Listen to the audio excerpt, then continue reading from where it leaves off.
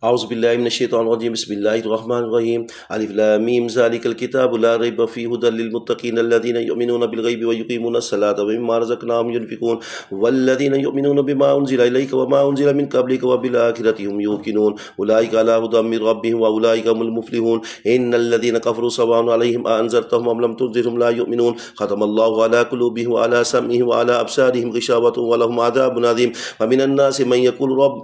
يقول آمنا بالله وباليوم الآخر وما هم بمؤمنين يخادعون الله والذين آمنوا وما يخدعون إلا أنفسهم وما يشعرون في قلوبهم مرض فزادهم الله مرضا ولهم عذاب أليم بما كانوا يكذبون وإذا قيل لهم لا تفسدوا في الأرض قالوا إنما نحن مصلحون ألا إنهم هم المفسدون ولكن لا يشعرون وإذا قيل لهم آمنوا كما آمن الناس قالوا نؤمن كما آمن السفهاء ألا إنهم هم السفهاء ولكن لا يعلمون وإذا لقوا الذين آمنوا قالوا آمنا وإذا خلوا إلى شياطينهم قالوا إنا معكم إنما نحن مستهزئون الله يستهزئ بهم ويمدهم في طغيانهم يعمهون أولئك الذين اشتروا الضلالة بالهدى فما ربحت تجارتهم وما كانوا مهتدين مثلهم كمثل الذي استوقد النار فلما أضاءت ما حوله ذهب الله بنورهم وتركهم في ظلمات لا يبصرون صم بكم عمي فهم لا يرجعون أو كسيب من السماء فيه ظلمات ورعد وبرق يجعلون أصابعهم في آذانهم من الصواعق حذر الموت والله محيط بالكافرين يكاد البرق يخطف أبصارهم كلما أضاء لهم مشوا فيه وإذا أسلم عليهم قاموا ولو شاء الله لذهب بسمعهم وأبصارهم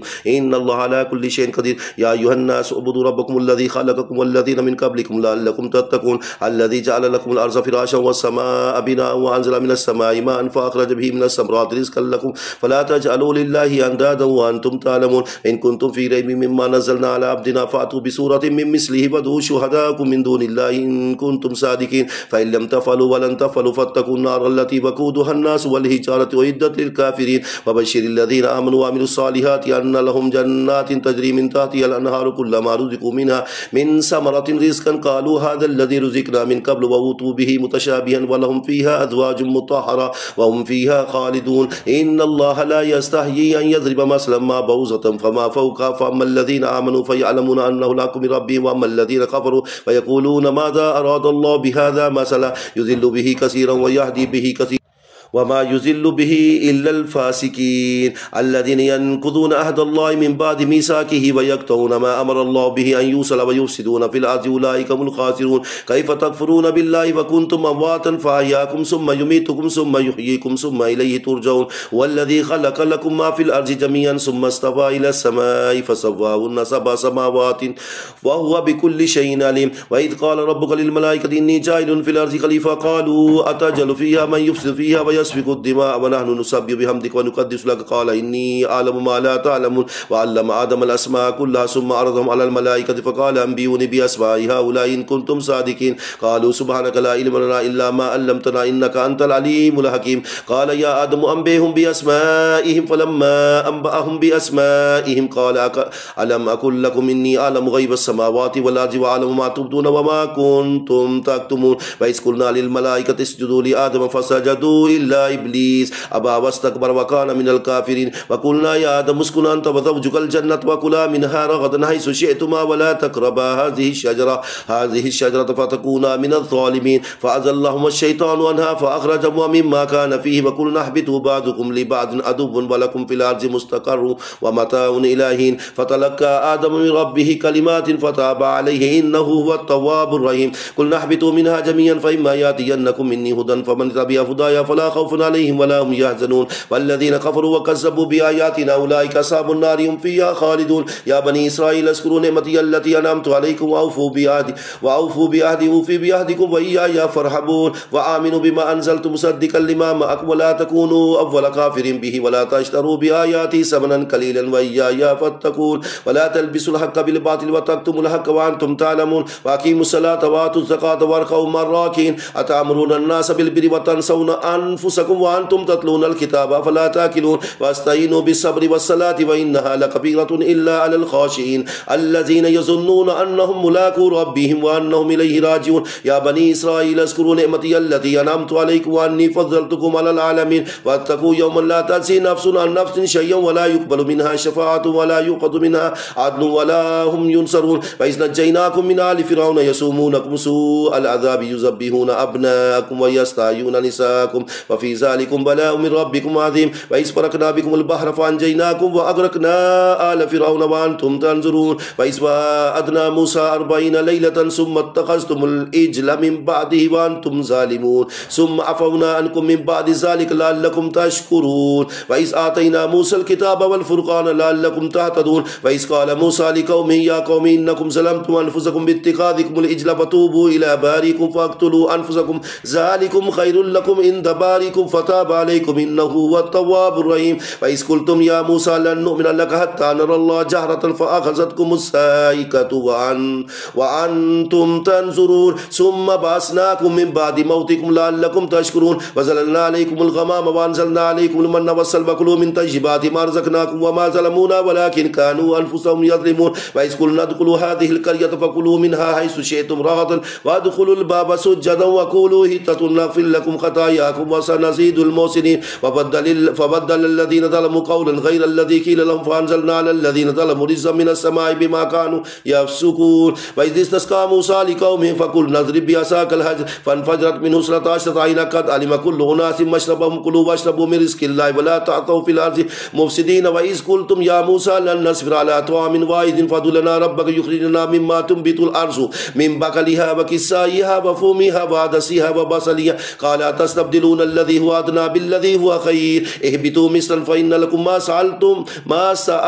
ما سألتم وضربت عليهم الذلة والمسكنة وباءوا بغضب من الله ذلك بأنهم كانوا يكفرون بآيات الله ويقتلون النبيين بغير الحق ذلك بما عصوا وكانوا يعتدون إن الذين آمنوا والذين هادوا والنصارى والصابئين من آمن بالله واليوم الآخر وعمل صالحا فلهم أجر عند ربهم ولا خوف عليهم ولا هم يحزنون وإذا أخذنا ميثاقكم ورفعنا فوقكم الطور خذوا ما آتيناكم بقوة واذكروا ما فيه لعلكم تتقون ثم توليتم من بعد ذلك ولولا فضل الله عليكم ورحمته لكنتم من الخاسرين ولقد علمتم الذين اعتدوا منكم في السبت فقلنا لهم كونوا قردة خاسئين فجعلناها نكالا لما بين يديها وما خلفها وموعظة للمتقين وإذ قال موسى لقومه إن الله يأمركم أن تذبحوا بقرة قالوا أتتخذنا هزوا قال أعوذ بالله أن أكون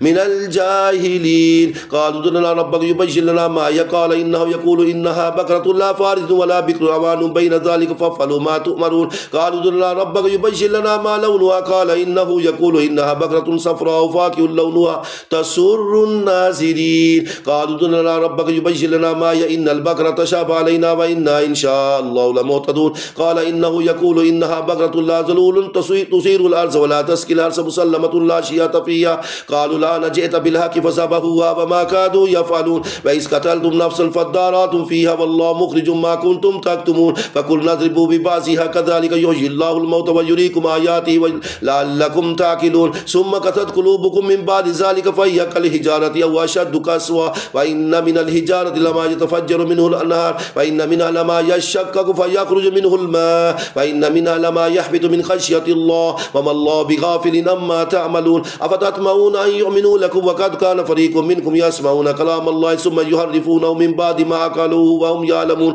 وإذا لقوا الذين آمنوا قالوا آمنا وإذا خلا بعضهم إلى بعض قالوا أتحدثونهم بما فتح الله عليكم ليحاجوكم به عند ربكم أفلا تاكلون أولا يعلمون أن الله يعلم ما يسرون وما يعلنون فمنهم أميون لا يعلمون الكتاب إلا أماني وإنهم إلا يظنون فويل للذين يكتبون الكتاب بأيديهم ثم يقولون هذا من عند الله ليشتروا به ثمنا قليلا فويل لهم مما كتبت أيديهم وويل لهم مما يكسبون وقالوا لن تمسنا النار إلا أياما معدودة قل أتخذتم عند الله عهدا فلن يخلف الله عهده أم تقولون على الله ما لا تعلمون فلا من كسب سيئة وأحاطت به خطيئته فأولئك أصحاب النار وأصحاب النار هم فيها خالدون والذين آمنوا وعملوا الصالحات أولئك أصحاب الجنة هم فيها خالدون وإذا أخذنا ميثاق بني إسرائيل لا تعبدون إلا الله وبالوالدين إحسانا وذي القربى واليتامى والمساكين وقولوا للناس حسنا وأقيموا الصلاة وآتوا الزكاة ثم توليتم إلا قليلا منكم وأنتم معرضون وإذا أخذنا ميثاقكم لا تسفكون دماءكم ولا تخرجون أنفسكم من دياركم ثم أقررتم وأنتم تشهدون ثم أنتم هؤلاء تقتلون أنفسكم وتخرجون فريقا منكم من ديارهم تظاهرون عليهم بالإثم والعدوان وإن يأتوكم أسارى تفادوهم وهو محرم عليكم إخراجهم أفتؤمنون ببعض الكتاب وتكفرون ببعض فما جزاء من ومن يفعل ذلك منكم إلا خزي في الحياة الدنيا ويوم القيامة يردون إلى أشد العذاب وما الله بغافل عما تعملون أولئك الذين اشتروا الحياة الدنيا بالآخرة فلا يخفف عنهم العذاب ولا هم ينصرون ولقد آتينا موسى الكتاب وكفينا من بعده بالرسل وآتينا عيسى ابن مريم البينات وأيدناه بروح القدس أفكلما جاءكم رسول بما لا تهوى أنفسكم استكبرتم ففريقا كذبتم وفريقا تقتلون وقالوا قلوبنا غلف بل لعنهم الله بكفرهم فقليلا ما يؤمنون ولما جاءهم كتاب من عند الله مصدق لما معهم وكانوا من قبل يستفتحون على الذين كفروا فلما جاءهم ما عرفوا كفروا به فلعنة الله على الكافرين بئس ما اشتروا به أنفسهم أن يكفروا بما أنزل الله بغيا أن ينزل الله من فضله على من يشاء من عباده فباءوا بغضب على غضب وللكافرين عذاب مهين وإذا قيل لهم آمنوا بما أنزل الله قالوا نؤمن بما أنزل علينا ويكفرون بما وراءه وهو الحق مصدقا لما معهم قل فلما تقتلون أنبياء الله من قبل إن كنتم مؤمنين ولقد جاءكم موسى بالبينات ثم اتخذتم العجل من بعده وأنتم ظالمون وإذا أخذنا ميثاقكم ورفعنا فوقكم الطور خذوا ما آتيناكم بقوة واسمعوا قالوا سمعنا وعصينا وأشربوا في قلوبهم العجل بكفرهم قل بئس ما يأمركم به إيمانكم إن كنتم مؤمنين قل إن كانت لكم الدار الآخرة عند الله خالصة من دون الناس وتمنوا الموت إن كنتم صادقين ولن يتمنوه أبدا بما قدمت أيديهم والله عليم بالظالمين ولتجدنهم أحرص الناس على حياة ومن الذين أشركوا يود أحدهم لو يؤمر ألف سنة وما هو بمزحزحه من العذاب أن يؤمر والله بصير بما يعملون قل من كان عدوا لجبريل فإنه نزل على قلبك بإذن الله مصدقا لما بين يديه وهدى وبشرى للمؤمنين من كان عدوا لله وملائكته ورسله وجبريل وميكال فإن الله عدو للكافرين ولقد أنزلنا إليك آيات بينات وما يكفر بها إلا الفاسقون أفكلما عاهدوا أحدا نبذه فريق منهم بل أكثرهم لا يؤمنون ولما جاءهم رسول من عند الله مصدق لما معهم نبذ فريق من الذين أوتوا الكتاب كتاب الله وراء ظهورهم كأنهم لا يعلمون واتبعوا ما تتلو الشياطين على ملك سليمان وما كفر سليمان ولكن الشياطين كفروا يعلمون الناس السحر وما أنزل على الملكين ببابل هاروت وماروت وما يعلمان من أحد حتى يقولا إنما نحن فتنة فلا تكفر فيتعلمون منهما ما يفرقون به بين المرء وزوجه وما هم بضارين به من أحد إلا بإذن الله ويتعلمون ما يضرهم ولا ينفعهم ولقد علموا لمن اشتراه ما له في الآخرة من خلاق ولبئس ما شروا به أنفسهم لو كانوا يعلمون ولو أنهم آمنوا واتقوا لمثوبة من عند الله خير لو كانوا يعلمون يا أيها الذين آمنوا لا تقولوا راعنا وقولوا انظرنا واسمعوا وللكافرين عذاب أليم ما يود الذين كفروا من أهل الكتاب ولا المشركين أن ينزل عليكم من خير من ربكم والله يختص برحمته من يشاء والله ذو الفضل العظيم ما ننسخ من آية أو ننسها نأتي بخير منها أو مثلها ألم تعلم أن الله على كل شيء قدير ألم تعلم أن الله له ملك السماوات والأرض وما لكم من دون الله من ولي ولا نصير أم تريدون أن تسألوا رسولكم كما سئل موسى من قبل ومن يتبدل الكفر بالإيمان فقد زل سواء السبيل ود كثير من أهل الكتاب لو يردونكم من بعد إيمانكم كفارا حسدا من عند أنفسهم من بعد ما تبين لهم الحق فاعفوا واصفحوا حتى يأتي الله بأمره إن الله على كل شيء قدير وأقيموا الصلاة وآتوا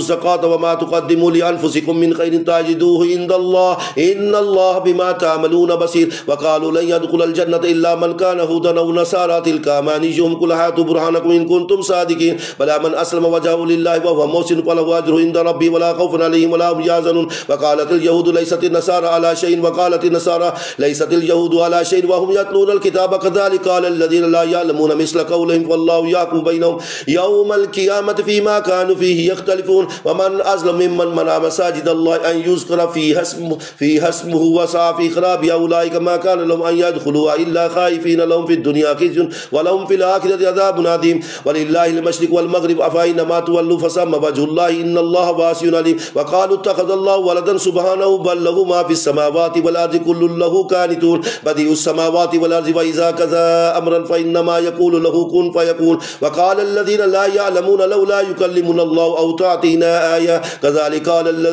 قال الذين من قبل مثل قولهم تشابهت قلوبهم قد بينا الآيات لقوم يوقنون إنا أرسلناك بالحق بشيرا ونذيرا ولا تسأل عن أصحاب الجحيم ولن ترضى عنك اليهود ولا النصارى حتى تتبع ملتهم قل إن هدى الله هو الهدى ولئن اتبعت أهواءهم بعد الذي جاءك من العلم ما لك من الله من ولي ولا نصير الذين آتيناهم الكتاب يتلونه حق تلاوته أولئك يؤمنون به ومن يكفر به فأولئك هم الخاسرون يا بني إسرائيل اذكروا نعمتي التي أنعمت عليكم وأني فضلتكم على العالمين واتقوا يوما لا تجزي نفس عن نفس شيئا ولا يقبل منها عدل ولا تنفعها شفاعة ولا هم ينصرون وإذ ابتلى إبراهيم ربه بكلمات فأتمهن قال إني جاعلك للناس إماما قال ومن ذريتي قال لا ينال أحد الظالمين وإذ جعلنا البيت مثابة للناس وأمنا واتخذوا من مقام إبراهيم مصلى وعهدنا إلى إبراهيم وإسماعيل أن طهر بيتي للطائفين والعاكفين والركع السجود وإذ قال إبراهيم رب اجعل هذا بلدا آمنا وارزق أهله من الثمرات من آمن منهم بالله واليوم الآخر قال ومن كفر فأمته قليلا ثم أستره إلى عذاب النار وبئس المصير وإذ يرفع إبراهيم القواعد من البيت وإسماعيل ربنا تقبل منا إنك أنت السميع العليم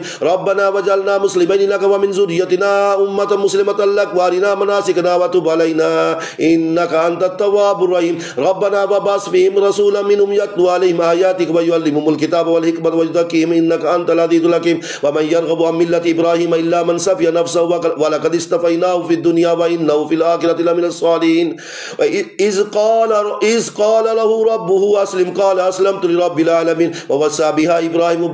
بنيه ويعقوب يا بني إن الله اصطفى لكم الدين فلا تموتن إلا وأنتم مسلمون أم كنتم شهداء إذا حضر يعقوب الموت إذ قال لبنيه ما تعبدون من بعدي قالوا نعبد إلهك وإله آبائك إبراهيم وإسماعيل وإسحاق إله واحدا ونحن له مسلمون تلك أمة قد خلت لها ما كسبت ولكم ما كسبت ولا تسألون عما كانوا يعملون وقالوا كونوا هودا أو نصارى تهتدوا قل بل ملة إبراهيم حنيفا وما كان من المشركين قولوا آمنا بالله وما أنزل إلينا وما أنزل إلى إبراهيم وإسماعيل وإسحاق ويعقوب والأسباط وما أوتي موسى وعيسى وما أوتي النبيون من ربهم لا نفرق بين أحد منهم ونحن له مسلمون فإن آمنوا بمثل ما آمنتم به فقد اهتدوا وإن تولوا فإنما هم في شقاق فسيكفيكهم الله وهو السميع العليم صبغة الله ومن أحسن من الله صبغة ونحن له عابدون قل أتهاجوننا في الله وهو ربنا وربكم ولنا أعمالنا ولكم أعمالكم ونحن له مخلصون أم تقولون إن إبراهيم وإسماعيل وإسحاق ويعقوب والأسباط كانوا هودا أو نصارى قل أأنتم أعلم أم الله ومن أظلم ممن كتم شهادة عنده من الله وما الله بغافل عما تعملون تلك أمة قد خلت لها ما كسبت ولكم ما كسبت ولا تسألون عما كانوا يعملون سيقول السفهاء من الناس ما والله عن قبلتهم التي كانوا عليها قل لله المشرق والمغرب يهدي من يشاء إلى صراط مستقيم وكذلك جعلناكم أمة وسطا لتكونوا شهداء على الناس ويكون الرسول عليكم شهيدا وما جعلنا القبلة التي كنت عليها إلا لنعلم من يتبع الرسول ممن ينقلب على عقبيه وإن كان لكبيرة إلا على الذين هدى الله وما كان الله ليضيع إيمانكم إن الله بالناس لرؤوف رحيم قد نرى تقلب وجهك في السماء فلنولينك قبلة ترضاها فول وجهك شطر المسجد الحرام وحيث ما كنتم فولوا وجوهكم شطره وإن الذين أوتوا الكتاب ليعلمون أنه الحق من ربهم وما الله بغافل عما يعملون ولئن أتيت الذين أوتوا الكتاب بكل آية ما تبعوا قبلتك وما أنت بتابع قبلتهم وما بعضهم بتابع قبلة بعض ولئن اتبعت أهواءهم من بعد ما جاءك من العلم إنك إذا لمن الظالمين الذين آتيناهم الكتاب يعرفونه كما يعرفون أبناءهم وإن فريقا منهم لا يكتمون الحق وهم يعلمون الحق من ربك ولا تكونن من الممترين ولكل وجهة هو موليها فاستبقوا الخيرات أينما تكونوا يأتي بكم الله جميعا إن الله على كل شيء قدير ومن حيث خرجت فول وجهك شطر المسجد الحرام وإنه للحق من ربك وما الله بغافل عما تعملون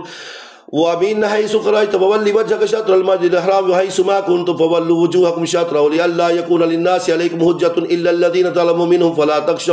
فلا تخشوهم واخشوني وليتم نعمتي عليكم ولعلكم تهتدون كما أرسلنا فيكم رسولا منكم يتلو عليكم آياتنا ويزكيكم ويعلمكم الكتاب والحكمة ويعلمكم ما لم تكونوا تعلمون فاذكروني أذكركم واشكروا لي ولا تكفرون يا أيها الذين آمنوا استعينوا بالصبر والصلاة إن الله مع الصابرين ولا تقولوا لمن يقتل في سبيل الله أموات بل أحياء ولكن لا تشعرون ولنبلونكم بشيء من الخوف والجوع ونقص من الأموال والأنفس والثمرات وبشر الصابرين الذين إذا أصابتهم مصيبة قالوا إنا لله وإنا إليه راجعون أولئك عليهم صلوات من ربهم ورحمة وأولئك هم المهتدون إن الصفا والمروة من شعائر الله فمن حج البيت أو اعتمر فلا جناح عليه أن يطوف بهما ومن تطوع خير فإن الله شاكر عليم إن الذين يكتمون ما أنزلنا من البينات والهدى من بعد ما بيناه للناس في الكتاب أولئك يلعنهم الله ويلعنهم اللائنون إلا الذين تابوا وأصلحوا وبينوا فأولئك أتوب عليهم وأنا التواب الرحيم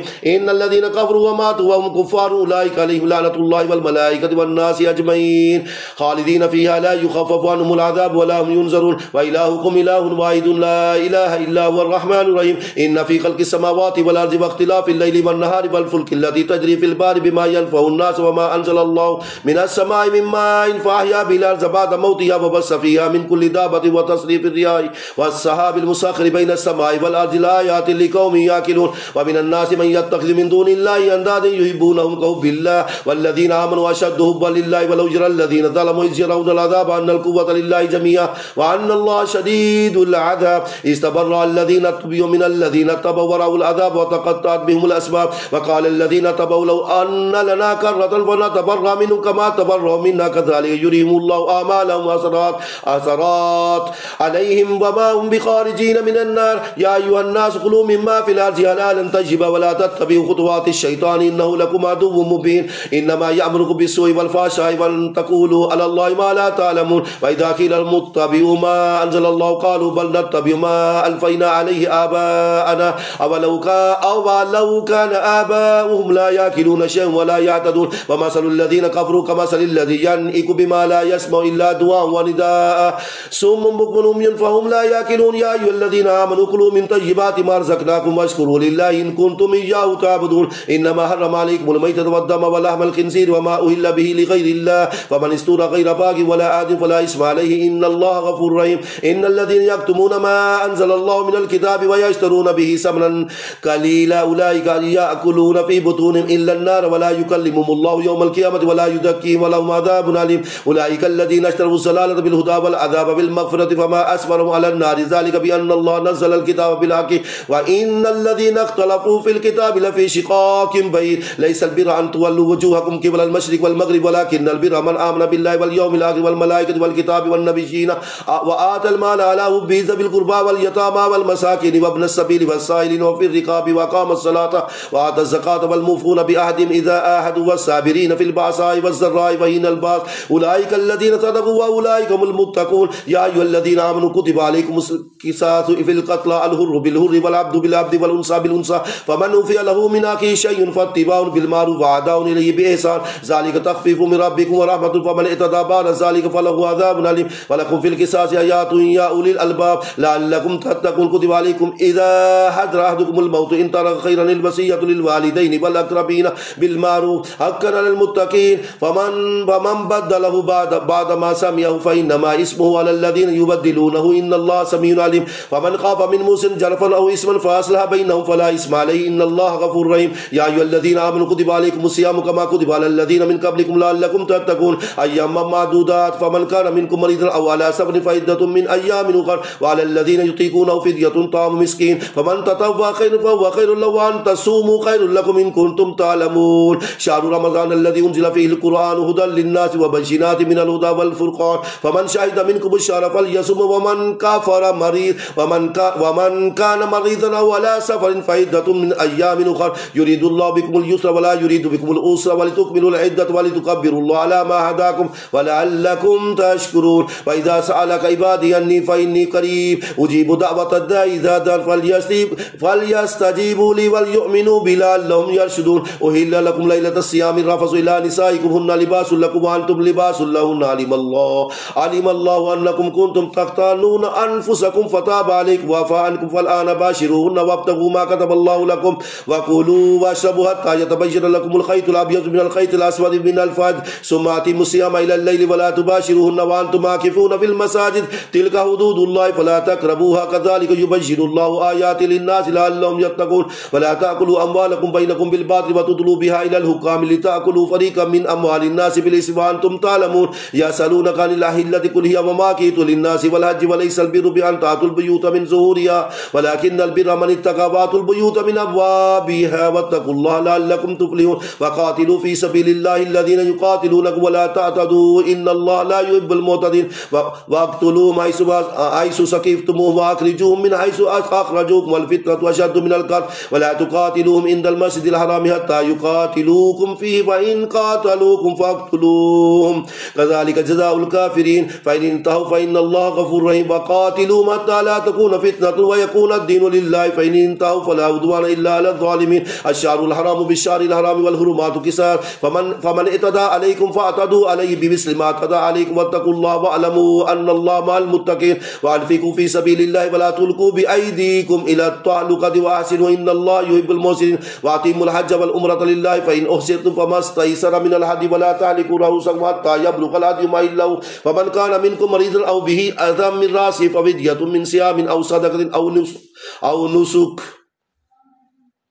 فإذا أمنتم فمن تمتع بالعمرة إلى الحج فما استيسر من الهدي فمن لم يجد فصيام 3 أيام في الحج و7 إذا رجعتم تلك 10 كاملة ذلك لمن لم يكن أهل هذا المسجد الحرام واتقوا الله واعلموا أن الله شديد العقاب الحج أشهر معلومات فمن فرض فيهن الحج فلا رفث ولا فسوق ولا جدال في الحج وما تفعلوا من خير يعلمه الله وتصدقوا فإن خير الزاد التقوى واتقون يا أولي الألباب ليس عليكم جناح أن تبتغوا فضلا من ربكم فإذا أفضتم من عرفات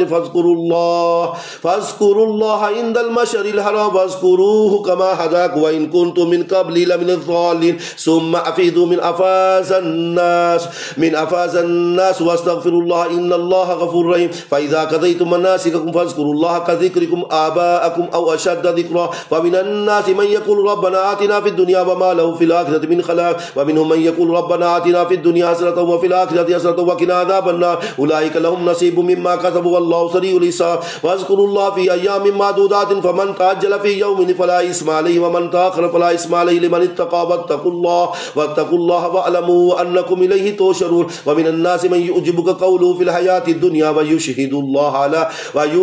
الله على ما في قلبه وهو على الخصام وإذا تولى سعى في الأرض ليفسد فيها ويهلك الحرث والنسل والله لا يحب الفساد وإذا قيل له اتق الله أخذته العزة بالإثم وحسبه جهنم ولبئس المهاد ومن الناس من يشري نفسه ابتغاء مرضات الله والله رؤوف بالعباد يا أيها الذين آمنوا ادخلوا في السلم كافة ولا تتبعوا خطوات الشيطان إنه لكم عدو مبين فإن زللتم من بعد ما جاءتكم البينات فاعلموا أن الله عزيز حكيم هل ينظرون إلا أن يأتيهم الله في زلل من الغمام والملائكة وقضي الأمر وإلى الله ترجع الأمور سل بني إسرائيل كم آتيناهم من آية بينة ومن يبدل نعمة الله من بعد ما جاءته فإن الله شديد العقاب زين للذين كفروا الحياة الدنيا ويسخرون من الذين آمنوا والذين اتقوا فوقهم يوم القيامة والله يرزق من يشاء بغير حساب كان الناس أمة واحدة فبعث الله النبيين مبشرين ومنذرين وأنزل معهم الكتاب بالحق ليحكم بين الناس فيما اختلفوا فيه وما اختلف فيه إلا الذين أوتوه من بعد ما جاءتهم البينات بغيا بينهم فهدى الله الذين آمنوا لما اختلفوا فيه من الحق بإذنه والله يهدي من يشاء إلى صراط مستقيم أما حسبتم أن تدخلوا الجنة ولما يأتكم مثل الذين خلوا من قبلكم مستهم البأساء والضراء والزلزال حتى يقول الرسول والذين آمنوا معه متى نصر الله ألا إن نصر الله قريب يسألونك ماذا ينفقون ما أنفقتم من خير فللوالدين والأقربين واليتامى والمساكين وابن السبيل وما تفعلوا من خير فإن الله به عليم كتب عليكم القتال وهو كر لكم وعسى أن تكرهوا شيئا وهو خير لكم وعسى أن تحبوا شيئا وهو شر لكم والله يعلم وأنتم لا تعلمون يسألونك عن الشهر الحرام قتال فيه كل قتال فيه كبير وصد عن سبيل الله وكفر به والمسجد الحرام وإخراج أهله منه أكبر عند الله والفتنة أكبر من القتل ولا يزالون يقاتلونكم حتى يردوكم عن دينكم إن استطاعوا ومن يرتد منكم عن دينه فيمت وهو كافر فأولئك هبطت أعمالهم في الدنيا والآخرة وأولئك أصحاب النار هم فيها خالدون إن الذين آمنوا والذين هاجروا وجاهدوا في سبيل الله أولئك يرجون رحمة الله والله غفور رحيم يسألونك عن الخمر والميسر قل فيهما اسم كبير ومنافع للناس واسمها أكبر من نفعهما ويسألونك ماذا ينفقون قل العفو كذلك يبين الله لكم الآيات لعلكم تتفكرون في الدنيا والآخرة ويسألونك عن اليتامى قل إصلاح لهم خير وإن تخالطوهم وإخوانكم والله يعلم المفسد من المسلم ولو شاء الله لأعنتكم إن الله عزيز حكيم ولا تنكحوا المشركات حتى يؤمن ولأمة مؤمنة خير من مشركة ولو أعجبتكم ولا تنكحوا المشركين حتى يؤمنوا ولعبد مؤمن خير من مشرك ولو أعجبكم أولئك يدعون إلى النار والله يدعو إلى الجنة والمغفرة بإذنه ويبين آياته للناس لعلهم يتذكرون ويسألونك عن المهيد قل هو أذى فاعتزلوا النساء في المهيد ولا تقربون حتى يطهرن فإذا تطهرن فأتوهن من حيث أمركم الله إن الله يحب التوابين ويحب المتطهرين نساؤكم حرث لكم فأتوا حرثكم أن شئتم وقدموا لأنفسكم واتقوا الله واعلموا أنكم ملاقوه وبشر المؤمنين ولا تجعلوا الله عرضة لأيمانكم أن تبروا وتتقوا وتصلحوا بين الناس والله عليم والله سميع عليم لا يؤاخذكم الله باللغو في أيمانكم ولكن يؤاخذكم بما كسبت قلوبكم والله غفور عليم للذين يؤلون من نسائهم تربص 4 أشهر فإن فاءوا فإن الله غفور رحيم وإن عدموا الطلاق فإن الله سميع عليم والمطلقات يتربصن بأنفسهن 3 قروء ولا يحل لهن أن يكتمن ما خلق الله في أرحامهن إن كن يؤمن بالله واليوم الآخر وبؤولتهن أحق بردهن في ذلك إن أرادوا إصلاحا ولهن مثل الذي عليهن بالمعروف وللرجال عليهن الدرجة والله عزيز حكيم الطلاق مرتان فإمساك بمعروف أو تسريح بإحسان ولا يحل لكم أن تأخذوا مما آتيتموهن شيئا إلا أن يخاف ألا يقيم حدود الله فإن خفتم ألا يقيم حدود الله فلا جناح عليهما فيما افتدت به تلك حدود الله فلا تعتدوا ومن يتعدى حدود الله فأولئك هم الظالمون فإن طلقها فلا تحل له من بعد حتى تنكح زوجا غيره فإن طلقها فلا جناح عليهما أن يتراجعا إن ظنا أن يقيم حدود الله وتلك حدود الله يبينها لقوم يعلمون وإذا طلقتم النساء فبلغن أجلهن فامسكوهن بمعروف أو سرحوهن بمعروف ولا تمسكوهن ضرارا لتعتدوا ومن يفعل ذلك فقد ظلم نفسه ولا تتخذوا آيات الله هزوا واذكروا نعمة الله عليكم وما أنزل عليكم من الكتاب والحكمة يعظكم به واتقوا الله واعلموا أن الله بكل شيء عليم وإذا طلقتم النساء فبلغن أجلهن فلا تعضلوهن أن ينكحن أزواجهن إذا تراضوا بينهم بالمعروف ذلك يؤذ به من كان منكم يؤمن بالله واليوم الآخر ذلكم أزكى لكم وأطهر والله يعلم وأنتم لا تعلمون والوالدات يرضعن أولادهن حولين كاملين لمن أراد أن يتم الرضاعة وعلى المولود له رزقهن وكسوتهن بالمعروف لا تكلف نفس إلا وسعها لا تضار والدة بولدها ولا مولود له بولده وعلى الوارث مثل ذلك فإن أراد فصالا أن تراض منهما وتشاور فلا جناح عليهما وإن أردتم أن تسترضعوا أولادكم فلا جناح عليكم إذا سلمتم ما آتيتم بالمعروف واتقوا الله واعلموا أن الله بما تعملون بصير والذين يتوفون منكم ويذرون أزواجا يتربصن بأنفسهن 4 أشهر وعشرة فإذا بلغن أجلهن فلا جناح عليكم فيما فعلن في أنفسهن بالمعروف والله بما تعملون خبير ولا جناح عليكم فيما عرضتم به من خطبة النساء أو أكننتم في أنفسكم علم الله أنكم ستذكرونهن ولكن لا تواعدوهن سرا إلا أن تقولوا قولا معروفا ولا تعدموا عقدة النكاح حتى يبلغ الكتاب أجله واعلموا أن الله يعلم ما في أنفسهم فاحذروه واعلموا أن الله غفور عليم لا جناح عليكم إن طلقتم النساء ما لم تمسوهن أو تفرضوا لهن فريضة فمتعوهن على الموسع قدره وعلى المقتر قدره متاعا بالمعروف حقا على المحسنين وإن طلقتموهن من قبل أن تمسوهن وقد فرضتم لهن فريضة فنصف ما فرضتم إلا أن يعفون أو يعفو الذي بيده عقدة النكاح وأن تعفوا أقرب للتقوى ولا تنسوا الفضل بينكم إن الله بما تعملون بصير حافظوا على الصلوات والصلاة الوسطى وقوموا لله قانتين فإن خفتم فرجالا أو ركبانا فإذا أمنتم فاذكروا الله كما علمكم ما لم تكونوا تعلمون والذين يتوفون منكم ويذرون أزواجا وصية لأزواجهم متاعا إلى الحول غير إخراج فإن خرجن فلا جناح عليكم فيما فعلن في أنفسهن من معروف والله عزيز حكيم وللمطلقات متاع بالمعروف حقا على المتقين كذلك يبين الله لكم آياته لعلكم تأكلون ألم تر إلى الذين خرجوا من ديارهم ألوف حذر الموت فقال لهم الله موتوا ثم أحياهم إن الله لذو فضل على الناس ولكن أكثر الناس لا يشكرون وقاتلوا في سبيل الله واعلموا أن الله سميع عليم من ذا الذي يقرض الله قرضا حسنا فيضاعفه له أضعافا كثيرة والله يقبض ويبسط وإليه ترجعون ألم تر إلى الملأ من بني إسرائيل من بعد موسى إذ قالوا لنبي لهم ابعث لنا ملكا نقاتل في سبيل الله قال هل أتيتم من كتب عليكم القتال ألا تقاتلوا قالوا وما لنا ألا نقاتل في سبيل الله وقد أخرجنا من ديارنا وأبنائنا فلما كتب عليهم القتال تولوا إلا قليلا منهم والله عليم بالظالمين وقال لهم نبيهم إن الله قد بعث لكم طالوت ملكا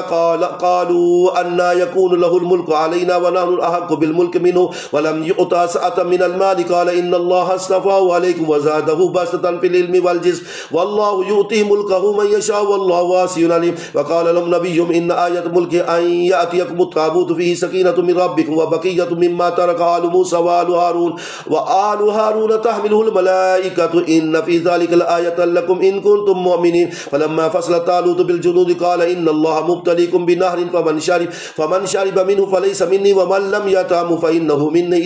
إلا من اغترف غرفة بيده فشربوا منه إلا قليلا منه فلما جاوزه هو الذين آمنوا معه قالوا لا طاقة لنا اليوم بجالوت وجنوده قال الذين يظنون أنهم ملاقوا الله كم من فئة قليلة غلبت فئة كثيرة بإذن الله والله مع الصابرين ولما برزوا لجالوت وجنوده قالوا ربنا أفرغ علينا صبرا وثبت أقدامنا وانصرنا على القوم الكافرين فهزموهم بإذن الله وقتل داود جالوت وآتاه الله الملك والحكمة وعلمه مما يشاء ولولا دفع الله الناس بعضهم ببعض لفسدت الأرض ولكن الله ذو فضل على العالمين تلك آيات الله نتلوها عليك بالحق وإنك لمن المرسلين تلك الرسل فضلنا بعضهم على بعض منهم من كلم الله ورفع بعضهم درجات وآتينا عيسى ابن مريم البينات وأيدناه بروح القدس ولو شاء الله ما قطعت على الذين من بعد ما جاءتهم البينات ولكن اختلفوا فمنهم من آمن منهم آمن ومنهم من كفر ولو شاء الله ما قتتلوا ولكن الله يفعل ما يريد يا أيها الذين آمنوا أنفقوا مما رزقناكم من قبل أن يأتي يوم لا بيع فيه ولا خلة ولا شفاعة والكافرون هم الظالمون الله لا إله إلا هو الحي القيوم لا تأخذه سنة ولا نوم له ما في السماوات وما في الأرض من ذا الذي يشفع عنده إلا بإذنه يعلم ما بين أيديهم وما خلفهم ولا يحيطون بشيء من علمه إلا بما شاء وسع كرسيه السماوات والأرض ولا يؤوده حفظهما وهو العلي العظيم لا إكراه في الدين قد تبين الرشد من الغي فمن يكفر بالطاغوت ويؤمن بالله فقد استمسك بالعروة الوثقى لا انفصام لها والله سميع عليم الله ولي الذين آمنوا يخرجهم من الظلمات إلى النور والذين كفروا أولياءهم الطاغوت يخرجونهم من النور إلى الظلمات أولئك أصحاب النار هم فيها خالدون ألم تر إلى الذي هاج إبراهيم في ربه أن آتاه الله الملك إذ قال إبراهيم ربي الذي يحيي ويميت قال أنا أحيي وأميت قال إبراهيم فإن الله يأتي بالشمس من المشرق فأت بها من المغرب فبهت الذي كفر والله لا يهدي القوم الظالمين أو كالذي مر على قرية وهي خاوية على عروشها قال أنى يحيي هذه الله بعد موتها فأماته الله 100 عام ثم بعثه قال كم لبثت قال لبثت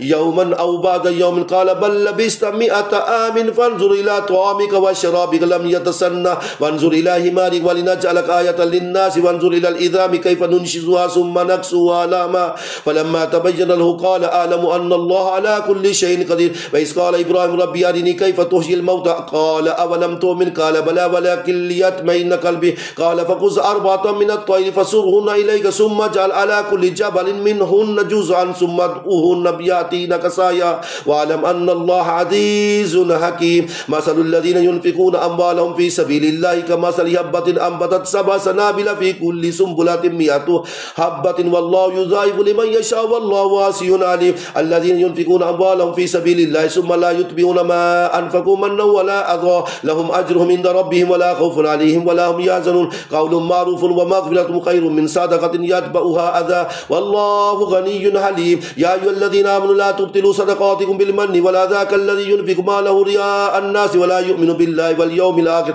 فمثله كمثل صفوان عليه تراب فأصابه وابل فتركه صلدا لا يقدرون على شيء مما كسبوا والله لا يهدي القوم الكافرين ومثل الذين ينفقون أموالهم ابتغاء مرضات الله وتثبيتا من أنفسهم كمثل جنة بربوة أصابها وابل فآتت أكلها ضعفين فإن لم يصبها وابل فطل والله بما تعملون بصير أيود أحدكم أن تكون له جنة من نخيل وأعناب تجري من تحتها الأنهار له فيها من كل الثمرات وأصابه الكبر وله ذرية ضعفاء فأصابها إعصار فيه نار فاحترقت كذلك يبين الله لكم الآيات لعلكم تتفكرون يا أيها الذين آمنوا أنفقوا من طيبات ما كسبتم ومما أخرجنا لكم من الأرض ولا تيمموا الخبيث منه تنفقون ولستم بآخذ إلا أن تغمضوا فيه واعلموا أن الله غني حميد الشيطان يعدكم الفقر ويأمركم بالفحشاء والله يعدكم مغفرة منه وفضل والله واسع عليم يؤتي الحكمة من يشاء ومن يؤتي الحكمة فقد أوتي خيرا كثيرا وما يذكر إلا أولو الألباب وما أنفقتم من نفقة أو نذرتم من نذر فإن الله يعلمه وما للظالمين من أنصار إن تبدوا الصدقات فنعما هي وإن تخفوها وتؤتوها الفقراء فهو خير لكم ويكفر عنكم من سيئاتكم والله بما تعملون خبير ليس عليكم هداه ولكن الله يهدي من يشاء وما تنفقوا من خير فلأنفسكم وما تنفقون إلا ابتغاء وجه الله وما تنفقوا من خير يوفى إليكم وأنتم لا تظلمون للفقراء الذين أحصروا في سبيل الله لا يستطيعون ضربا في الأرض يحسبهم الجاهل أغنياء من التعفف تعرفهم بسيماهم لا يسألون الناس إلهافا وما تنفقوا من خير فإن الله به عليم الذين ينفقون أموالهم بالليل والنهار سرا وعلانية فلهم أجرهم عند ربهم ولا خوف عليهم ولا هم يحزنون الذين يأكلون الربا لا يقومون إلا كما يقوم الذي يتخبطه الشيطان من المس ذلك بأنهم قالوا إنما البيع مثل الربا وأحل الله البيع وحرم الربا فمن جاءه موعظة من ربه فانتهى فله ما سلف وأمره إلى الله ومن عاد فأولئك أصحاب النار هم فيها خالدون يمحق الله الربا ويربي الصدقات والله لا يحب كل كفار ناصب إن الذين آمنوا وعملوا الصالحات وأقاموا الصلاة وآتوا الزكاة لهم أجر عند ربهم ولا خوف عليهم ولا هم يحزنون يا أيها الذين آمنوا اتقوا الله وذروا ما بقي من الربا إن كنتم مؤمنين فإن لم تفعلوا فأذنوا بحرب من الله ورسوله وإن تبتم فلكم رؤوس أموالكم لا تظلمون ولا تظلمون وإن كان ذو أسرة فنادرة إلى ميسرة وأن تصدقوا خير لكم إن كنتم تعلمون واتقوا يوما ترجعون فيه إلى الله ثم توفى كل نفس ما كسبت وهم لا يظلمون يا أيها الذين آمنوا إذا تداينتم بدين إلى أجل مسمى فاكتبوه وليكتب بينكم كاتب بالعدل ولا يأبى كاتب أن يكتب كما علمه الله فليكتب وليملل الذي عليه الحق وليتق الله ربه ولا يبخس منه شيئا فإن كان الذي عليه الحق سفيا أو ضعيفا أو لا يستطيع أن يمل هو فليملل وليه بالعدل واستشهدوا شهيدين من رجالكم فإن لم يكونا رجلين فرجل وامرأتان ممن ترضون من الشهداء ينتظر إحداهما وتذكر إحداهما الأخرى ولا يأبى الشهداء إذا ما دعوا ولا تسأموا أن تكتبوه صغيرا أو كبيرا إلى أجله ذلكم أقسط عند الله وأقوم للشهادة وأدنى ألا ترتابوا إلا أن تكون تجارة حاضرة تديرونها بينكم فليس عليكم جناح ألا تكتبوها وأشهدوا إذا تبايعتم ولا يدار قاضي ولا شهيد وإن تفعلوا فإنه فسوق بكم واتقوا الله ويعلمكم الله والله بكل شيء عليم وإن كنتم على سفر ولم تجدوا كاتبا فرهان مقبوضة فإن أمن بعضكم بعضا فليؤدي الذي ائتمن أمانته وليتق الله ربه ولا تكتموا الشهادة ومن يكتمها فإنه آثم قلبه والله بما تعملون تعملون عليم لله ما في السماوات وما في الأرض وإن تبدوا ما في أنفسكم أو تخفوه يحاسبكم به الله فيغفر لمن يشاء ويعذب من يشاء والله على كل شيء قدير آمن الرسول بما أنزل إليه من ربه والمؤمنون كل آمن بالله وملائكته وكتبه ورسله لا نفرق بين أحد من رسله وقالوا سمعنا وأطعنا غفرانك ربنا وإليك المصير لا يكلف الله نفسا إلا وسعها لها ما كسبت وعليها ما اكتسبت ربنا لا تؤاخذنا إن نسينا أو أخطأنا ربنا ولا تحمل علينا إصرا كما حملته على الذين من قبلنا ربنا ولا تحملنا ما لا طاقة لنا به واعف عنا واغفر لنا وارحمنا أنت مولانا فانصرنا على القوم الكافرين صدق الله مولانا العظيم.